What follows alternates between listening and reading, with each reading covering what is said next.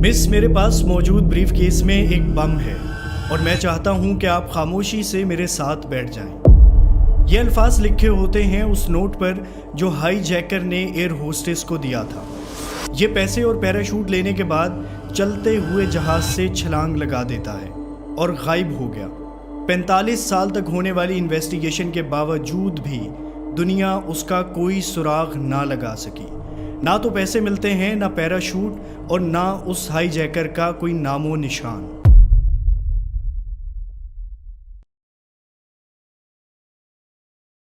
चौबीस नवंबर 1971 north west Orient airlines America की एक फ़्लाइट पोर्टलैंड शहर से सियाटल शहर के लिए टेक ऑफ करती है।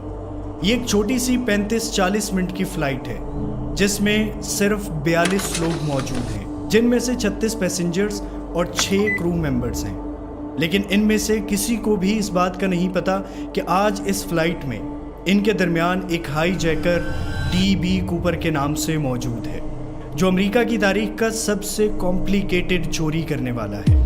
ये तकरीबन 40 साल का एक आदमी है जो देखने में एक नॉर्मल बिजनेसमैन की तरह लगता है। इसने सफ़ेद शर्ट के साथ काली टाई और सूट पहना हुआ है। ये जानबूझकर प्लेन के पीछे वाले हिस्से में बैठा है, सीट नंबर 18E। जैसे ही हवाई जहाज़ उड़ान भरता है, ये बंदा ड्रिंक ऑर्डर करता है और साथ ही सिगरेट सुलगा कर बैठ जाता है। उस वक्त दोपहर के तकरीबन 3 बज चुके थे। ये एयर होस्टेस को बुलाता है जिसका नाम फ्लोरेंस शाफनर था और अपना इंट्रोडक्शन देता है। मेरा नाम डैन कूपर है।